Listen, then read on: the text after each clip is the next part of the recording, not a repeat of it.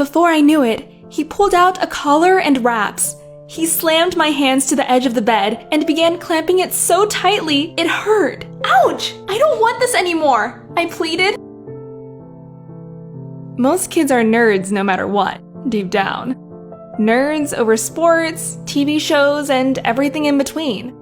For me, it was cartoons and Japanese animations. I was in love with everything art and cartoon related. I even drew my own comics and dabbled in cosplay. Through this hobby, I met a lot of online friends. Young, old, male, female, you name it. Then I met him. The man who would steal my childhood and destroy my mental state for years to come. A friend of mine approached me with 2 tickets to my very first anime convention, and boy was I ecstatic to go. I had always wanted to attend a convention. It's like Halloween but with cool cartoons and lots of artwork.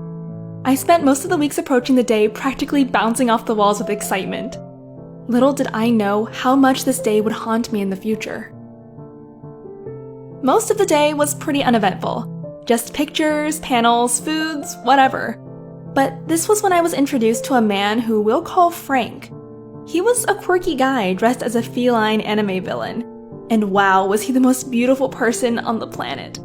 A girl who I had been hanging out with for some time took me to introduce us, and we hit it off instantly. We traded numbers, and I left feeling like I was on cloud 9. After all, an older guy had finally noticed me. I must have been so cool for him to even look my way. We started texting, and this is where things started to turn sour. It started off innocently, but little things began happening over time. He would encourage me to do all sorts of strange things, like dress up in animal costumes with him, where he would proceed to tell me how cute and adorable I looked in those outfits. Not that that was already weird, he then started telling me to do all sorts of strange things in them, even when they hurt. It felt so wrong, but the attention he gave me when I did what he said drew me in. I finally felt wanted by someone. By him. We began having phone calls and video calls all the time. The thrill and excitement I got from his attention slowly turned into an obsession. I felt like I needed his validation, but he never seemed satisfied. Things only began to escalate the more I would give in to his demands. Eventually, he gave me rules. He would demand I put on my costume before speaking to my master, with outlandish tasks like go sit in the corner until you behave. I would sometimes sit there for hours until I could no longer feel my legs, but somehow I would always just listen because I didn't want to disappoint him. I really didn't want to listen to him anymore. I didn't want to let him control what I did. Eventually, I began answering his calls less and less, and I think he could tell because he started to retaliate. Things just got worse from there. He began venting to me, which turned into miserable rants, saying he'd harm himself if I ever left him. I became so frightened of what he would do, but he encouraged this behavior and little by little began to dominate my thoughts, telling me I was nothing without him because he was my master and he knew best. Despite all this, all I could think about was when I would get to text him again, when I would get my next fix. My grades had fallen and I had lost control of my own thoughts and what was best for me. He would say provocative things to me that make me too nauseous to even repeat. He'd buy me dirty videos and describe them to me in full detail, telling me what he wanted to do to me and my outfits. And I ate it all up. I felt older, mature. For the first time, I felt like an adult that was loved and wanted. One day, we had finally planned to meet in person, and I was ecstatic. He took me to a hotel room where we were going to stay with another friend.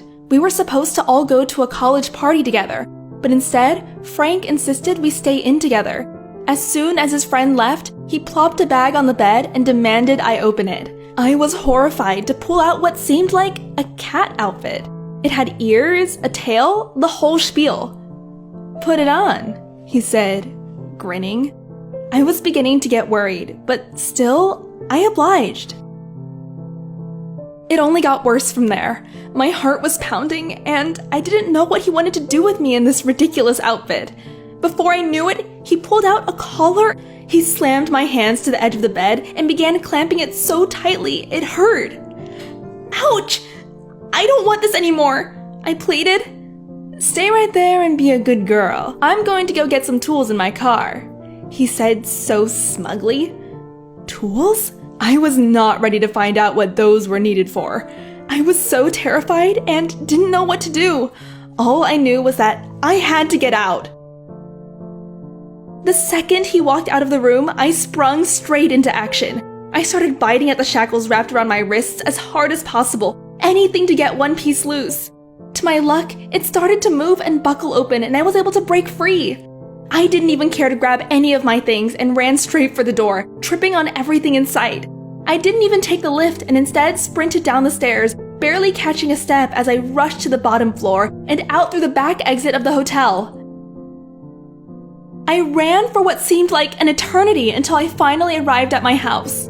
Once I got to the door, I could barely insert my keys into the keyhole as my arms were shaking uncontrollably. Once I got the door open, I stumbled up the stairs all the way into my bedroom. And then I broke down crying. I sobbed until I could no longer shed any more tears and just sat there. I saw my phone light up. He had blown me up with a bunch of angry messages and tried calling me over 30 times.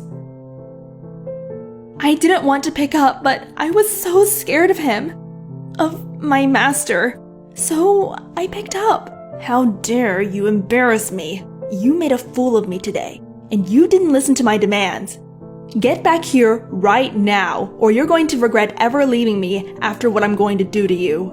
I pleaded and pleaded for him to forgive me, but he just wasn't having it, so I grew very, very scared of him.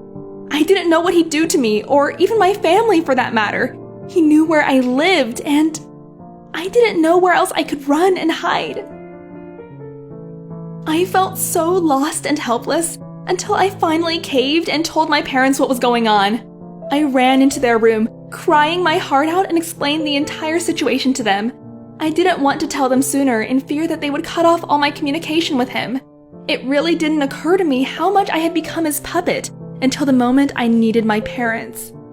I didn't expect my parents to be so supportive and relieved that I had told them rather than keep it a secret. So we worked together and called the police and filed a restraining order against Frank so that he could never come near me again. It was like an extremely heavy weight had been lifted off my shoulders. After a painful year of recovery and deconditioning myself from his way of thinking, I started to shine through the cocoon I had built around myself. I started wearing what I wanted. I stopped thinking so little of myself, and I even met a boy my age who has stuck by me for almost 2 years and has helped me recover. I made friends. I graduated with straight A's and got into a good college. I was finally me again. The storms glued to my side like a parasite had vanished, and I could finally move forward with a clear vision of who I was and who I was meant to be.